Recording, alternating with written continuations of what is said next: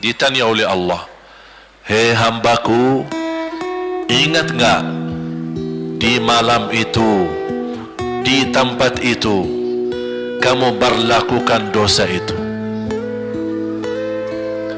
Seorang hamba yang masih memiliki iman, dia merasa dan ingat, dan dia merasa malu, dia tunduk kepalanya.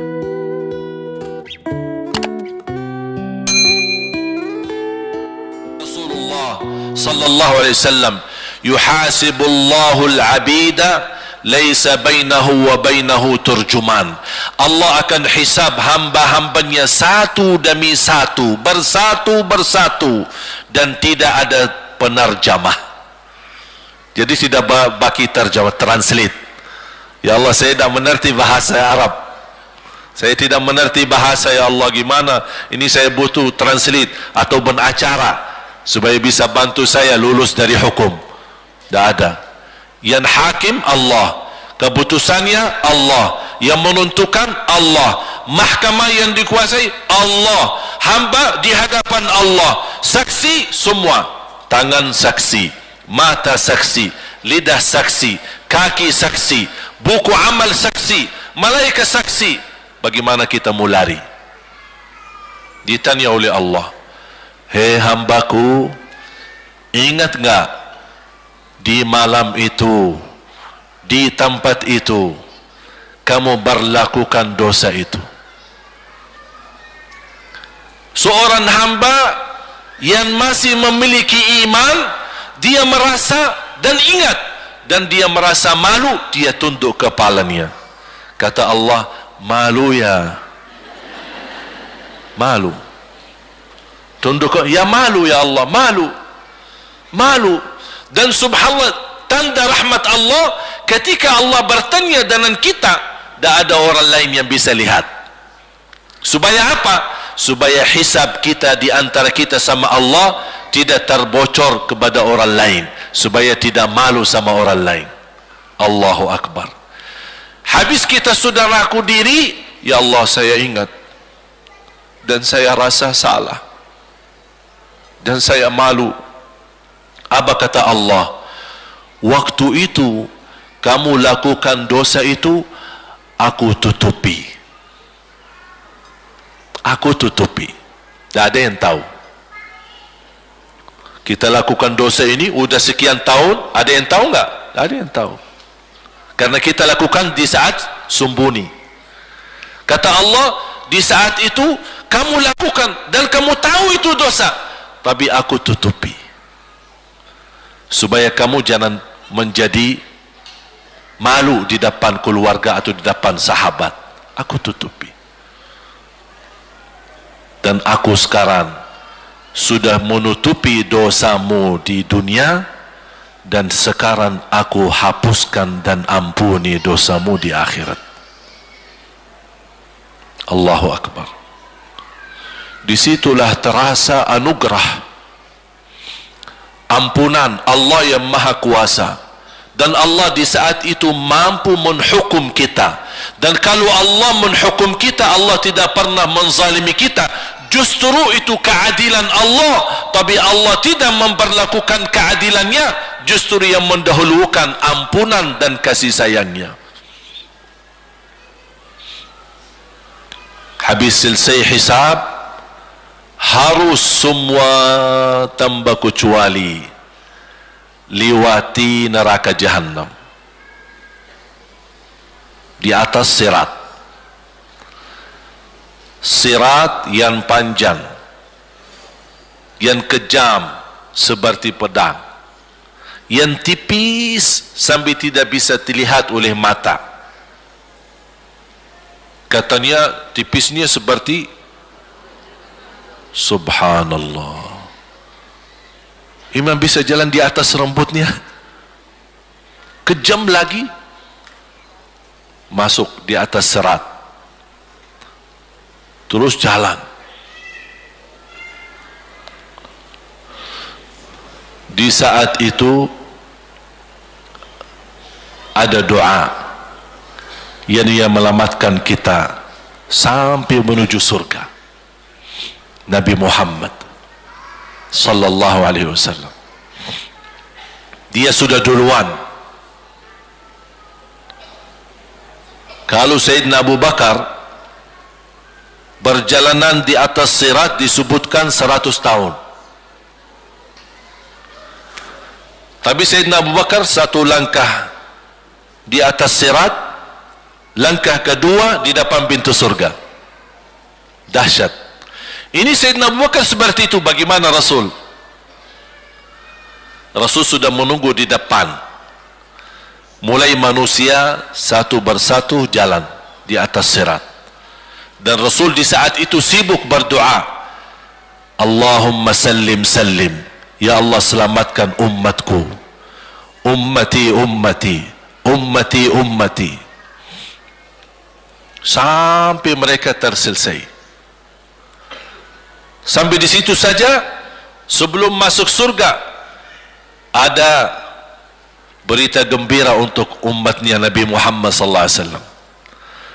Tidak boleh ada yang masuk surga, harus berjumpa dengan beliau dulu, pertama muka, dan disediain minum yang disebut air Al-Kautsar, dan di situ banyak gelas. Tinggal kita ambil gelas dan minum. Begitu kita mau ambil gelas dan minum, datang Rasul, jangan kamu minum langsung dari tanganku sendiri. Barang siapa yang minum dari tanganku tidak akan haus selama-lamanya. Allahu Akbar. Di situ terasa kemuliaan. Begitu kebahagiaan kita bertemu dengan Nabi Muhammad dan bisa langsung minum dari tangan Nabi Muhammad sallallahu alaihi wasallam. Bukan hanya begitu saja, bahkan Nabi Muhammad memegang tangan kita, mengajak kita masuk 8 pintu surga. Ada 8 pintu. Rasul bersabda, satu pintu luasnya seperti antara langit dan bumi. Satu pintu antara langit dan bumi luasnya. Dan kata Rasulullah, di saat itu akan manusia gesa-gesaan untuk masuk surga. Itu tanda apa? Banyak yang akan masuk. Mudah-mudahan kita terhitung dari yang banyak. Begitu ahli surga masuk, kira-kira Rasul berhenti? Ahli surga sudah masuk, sudah aman? Tidak. Rasul balik lagi, keluar dan menuju dari langkah sirat yang pertama, melihat ada enggak ternyata ada di antara umatnya yang tersisa, yang dosanya terlalu banyak, gesak-gesaan di jalan, merangkak di jalan sampai jatuh di dalam neraka. Rasul mana mereka? Masuk ke neraka. Kata Allah subhanahu wa ta'ala, melihat keadaan Nabi Muhammad SAW, apa yang dibutuhkan lagi? Kata Rasul, ya Allah, saya tidak akan puas masuk surga sampai hamba-hambamu yang ada di neraka, umatku, diselamatkan. Allah subhanahu wa ta'ala mengizinkan Nabi Muhammad keluarkan dari neraka. Dia keluarkan. Sudah cukup ya Nabi Muhammad? Tidak cukup ya Allah, masih ada lagi. Diambil lagi, dikeluarkan, diambil lagi, dikeluarkan. Artinya dari umat Nabi Muhammad yang masih banyak dosanya, yang masih banyak kelewatannya sama Rasulullah, yang tidak pantas memberi kemuliaan kepada Rasulullah SAW, dapat pula syafaatnya Nabi Muhammad. Yang tidak pernah memberi tanda sayang dan cinta kepada Rasul, dapat rasa sayang dan cinta Nabi Muhammad SAW.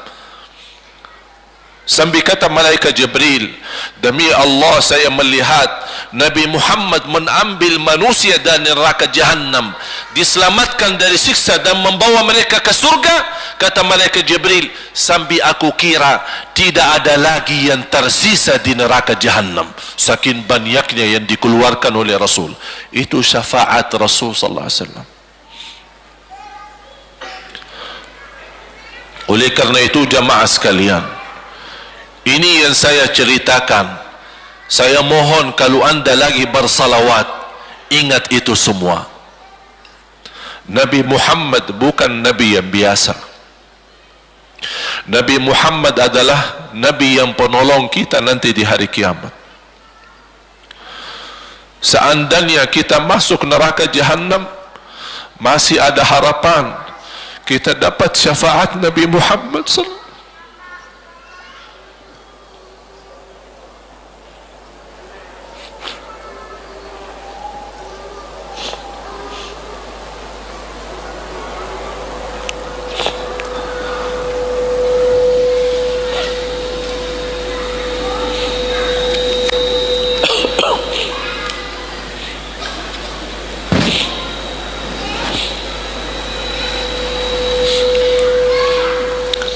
Ia masuk neraka saja dapat syafaat Rasul.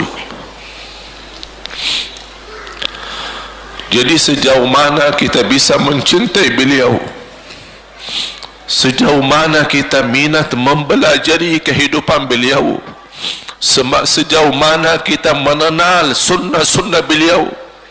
Di zaman ini, umat yang paling bodoh terhadap beliau kita, umat Islam.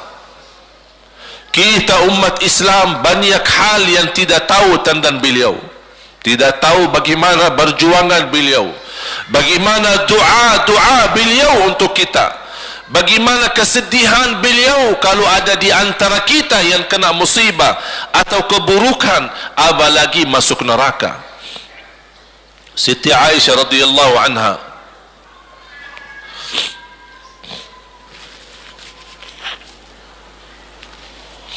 Siti Aisyah radhiyallahu anha pernah minta sama Rasul doa. Ya Rasulullah, tolong doakan saya. Rasul mendoakan, Allahumma ighfir li Aisyah ma taqaddama min dhanbiha wa ma ta'akhkhar, ma qaddamat wa ma akharat, wa ma asarrat wa ma a'lanat. Ya Allah, ampunilah dosa-dosa istriku Aisyah, dosa yang lama, dosa yang baru, dosa yang terang-terangan maupun dosa yang tersembunyi. Siti Aisyah mengaminkan doa Nabi Muhammad dan menangis dan bangga dan senang. Saking senangnya, saking bahagianya, dia tertawa sambil Rasul melihat Siti Aisyah. Senang wahai Aisyah? Apakah kamu senang dengan doaku? Kata Siti Aisyah, bagaimanakah aku tidak senang? Aku justru merasa bahagia dengan doamu untukku ya Rasulullah. Apa kata Rasul? Ketahuilah wahai Aisyah, ketahuilah doaku yang baru ini untukmu, itulah selalu doaku untuk umatku di setiap salat. Itu doa Nabi kita buat kita. Setiap beliau salat mendoakan kita, ya Allah ampuni dosa umatku, dosa yang lama, dosa yang baru, dosa yang sembunyi, dosa yang terang-terangan. Setiap salat itu doa Nabi kita, Nabi Muhammad SAW untuk kita semua. Apa yang diminta oleh Rasul? Rasul tidak minta banyak dari kita. Salah satu yang diminta oleh Rasul dan memohon, satu itu berbanyak, itu satu-satunya yang Rasul minta banyak. Selain itu Rasul tidak pernah minta banyak. Satu-satunya Rasul minta banyak. Apa? Salawatlah kepadaku, berbanyaklah salawat kepadaku. Mengapa Rasul minta berbanyaklah salawat kepadaku? Kenapa tidak minta amalan yang lain untuk dibanyakkan salawat atau amalan yang lain? Mengapa hanya salawat? Rasul berpesan berbanyaklah salawat kepadaku, karena Rasul tahu dengan kita berbanyak salawat kita akan dijamin dapat syafaat beliau, dan itulah beliau yang diinginkan. Bukan hanya dapat syafaat, bahkan Rasul sendiri bersabda, aqrabukum minni majlisan yaumal qiyamah, yang paling dekat kepadaku hari kiamat, yang paling banyak salawat kepadaku. Bahkan berita gembira bagi seorang hamba umat Nabi Muhammad SAW, akthiru alayya minas salati yawmal jumu'ati wa laylataha fa inna salatakum tablughuni haitsu kuntum. Ini keistimewaan khusus, kelebihan amalan yang utama, bahkan yang terutama di hari Jumaat dan di malam Jumaat, fokus hanya bersalawat kepada Rasul. Mengapa? Karena Rasul yang berpesan, Rasul yang minta. Rasul berpesan, berbanyaklah salawat kepadaku malam Jumaat dan hari Jumaat. Mengapa ya Rasulullah khusus hari Jumaat dan malam Jumaat? Karena salawat kalian Allah sampaikan kepadaku. Kata guru saya, barang siapa yang ingin Rasul kenal dengan dia, berbanyaklah salawat kepada beliau, karena langsung nama kita akan sampai. Ya Rasulullah, ini salawat bapa dan ibu dari Bandung, kan sampai. Ada riwayat, ada malaikat khusus tugasnya setiap kita bersalawat dibawa kepada Rasulullah sallallahu alaihi wasallam. Allahu akbar. Bahkan ada orang bertanya kepada guru saya, Syekh Muhammad ibn Mukhtar Asy-Syanqiti, dan beliau masih hidup. Subhanallah, ketika di salah satu pertanyaan di majlis ta'lim di Masjid Nabawi, ada orang bertanya, mana yang lebih diutamakan di hari Jumat? Banyak baca Quran atau banyak salawat? Kita milih yang mana? Beliau menjawab dengan jelas, dengan tegas, di hari Jumat dan malam Jumat lebih utama banyak salawat daripada banyak baca Quran. Mengapa? Karena kata beliau, karena itulah permintaan Rasul sendiri. Berbanyaklah salawat kepadaku di hari Jumaat dan di malam Jumaat. Dan banyak riwayat yang lain. Kalau saya sebutin manfaat, keutamaan salawat kepada Rasul, lebih daripada 100 manfaat. Menghilangkan kesusahan, memberi kemudahan lunasi hutang, menyembuh penyakit, menjamin ampunan dosa, mendapat 10 rahmat, mendapatkan syafaat Rasul, posisi kita semakin mulia. Setiap kali kita salawat, semakin naik darajat kita. Barang siapa yang salawat kepadaku 10 kali, dapat 10 kebaikan, dapat 10 rahmat, dihapus 10 kejahatan, dan naik 10 darajat, dan di akhirat dapat syafaatku. Luar biasa. Hadis yang terakhir, Ubay bin Ka'ab radhiyallahu an berkata, ya Rasulullah, aku suka berdoa. Karena salawat, arti salawat adalah doa. Arti salawat, doa. Ya Rasulullah, aku suka berdoa. Berapa dari doaku saya jadikan untukmu? Artinya berapa persen ya? Kalau bahasa kita, berapa persen kira-kira? Kalau misal saya doa 10 menit, berapa menit untuk Rasul, dan yang sisanya buat aku? Contoh, aku kalau berdoa, ya Allah ampuni dosaku, ya Allah murahkan rezeki, sembuhkan penyakit, Allahumma salli ala Muhammad wa ala ali Muhammad. Berarti lebih banyak untuk diri kita, baru untuk Rasul. Sahabat itu ya Rasulullah bertanya, ya Rasulullah, berapa bagian dalam doaku saya jadikan untukmu? Apa kata Rasul? Kata Rasulullah SAW, ma syi'ta wa in zitta fahuwa khairul lak. Ya terserahmu, mau doa bagaimana untukku, ya terserahmu, tapi semakin banyak untukku, semakin banyak manfaatnya untukmu. Apa kata sahabat? Ya Rasulullah, saya akan jadikan separuh doaku hanya salawat kepadamu. Artinya kalau saya doa 10 menit, 5 menit salawat dan 5 menit doa untuk diriku sendiri. Apa kata Rasulullah? Terserahmu, wa in zitta fahuwa khairul lak. Kalau kamu berani tambah, itu jauh lebih baik untukmu. tawar-menawar sama Rasulullah SAW. Sampai di ujung hadis beliau berkata, ya Rasulullah, saya janji doaku semuanya untukmu. Artinya apa? Kalau dia angkat tangan berdoa, tidak satu pun minta buat dirinya. Bismillahirrahmanirrahim. Allahumma salli ala Muhammadin wa ala ali Muhammad. Allahumma salli ala Muhammadin wa ala ali Muhammad. Allahumma salli, sampai selesai.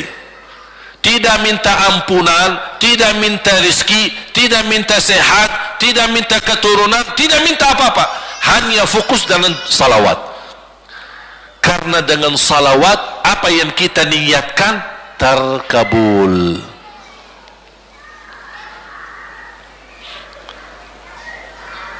Saya dapat dari guru saya, nanti saya akan ceritakan bagaimana cara berdoa.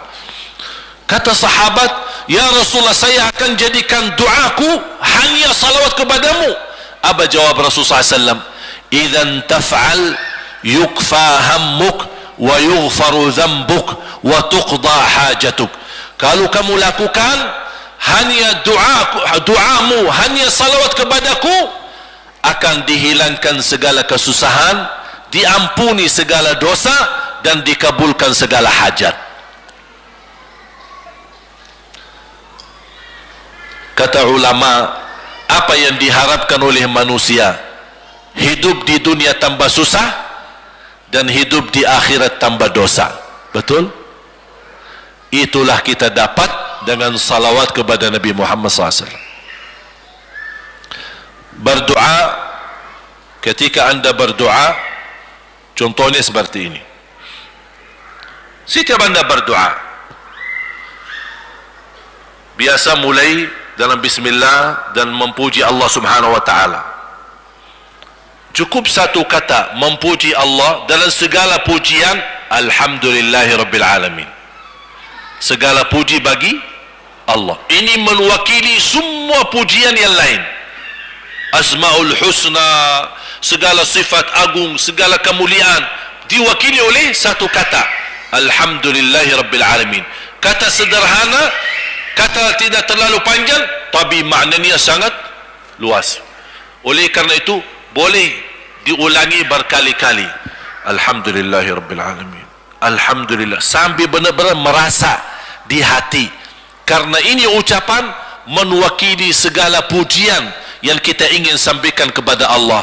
Karena ada pujian yang kita ingat, ada pujian kata-kata yang kita tidak hafal, dan alhamdulillahi rabbil alamin mewakili segala pujian kepada Allah Subhanahu wa ta'ala. Kemudian bersalawat, Allahumma salli ala Muhammadin wa ala ali Muhammad kama sallaita ala Ibrahim wa ala ali Ibrahim innaka Hamidum Majid. Silahkan doa, ya Allah, ampunilah dosaku. Allahumma salli ala Muhammadin wa ala ali Muhammad. Ya Allah, sembuhkan penyakitku. Allahumma salli ala Muhammadin wa ala ali Muhammad. Ya Allah, berikan kepada aku anak yang salih salihah. Allahumma salli ala Muhammadin wa ala ali Muhammad. Jadi setiap langkah doa diawali dan diakhiri salawat. Faham? Subhanallah, wallahi dahsyat. Saya tidak bisa cerita apa lagi. Mau cerita apa lagi? Wallahi dahsyat. Saya tidak pernah istiqamah mengamalkan doa seperti ini. Alhamdulillah, selalu terkabul. Bahkan nyata Allah kasih, udah selesai. Wallahi jamaah sekalian, salawat kepada Nabi Muhammad bukan budaya, bukan kebiasaan, tapi amalan yang sangat manfaat buat keselamatan kita, kebahagiaan kita di dunia maupun di akhirat. Bahkan keselamatan buat anak kita, salawat kepada Nabi Muhammad SAW. Terakhir, sekali lagi, ketika anda bersalawat, apa yang saya cerita tadi, tolong dihadirkan dalam fikiran. Siapa Nabi Muhammad itu? Nabi Muhammad penolong kita di hari kiamat. Nabi Muhammad yang membawa syafaat untuk kita. Nabi Muhammad yang menunggu kita di surga. Nabi Muhammad yang membela kita di saat kita berdiri di hadapan Allah. Nabi Muhammad yang akan membantu mendoakan kita saat jalan di atas sirat. Nabi Muhammad yang mendampingi kita nanti ketika kita minum dari air Al-Kautsar. Nabi Muhammad yang menemani kita masuk ke dalam surga. Nabi Muhammad yang tidak pernah lupa sama kita. Makanya ketika anda bersalawat dan membawa perasaan dan membawa penghayatan ini, insya-Allah jemaah sekalian akan terasa, ya Allah, ternyata indahnya salawat kepada Rasul. Karena sudah kontak di hati. Apalagi kalau anda begitu salawat dan salam, Rasul jawab. Rasul jawab kita. Waalaikumsalam ibu. Tapi cuma kita tidak dengar. Dia dengar salawat kita, dia dengar salam kita, tapi kita tidak mendengar jawab beliau. Allahu Akbar. Wallahi kalau bisa kita rasakan, wallahi ibu bapa akan sendiri menangis tanpa merasa. Sendiri, kok tiba-tiba nangis? Kok tiba-tiba kok tidak bisa tahan diri?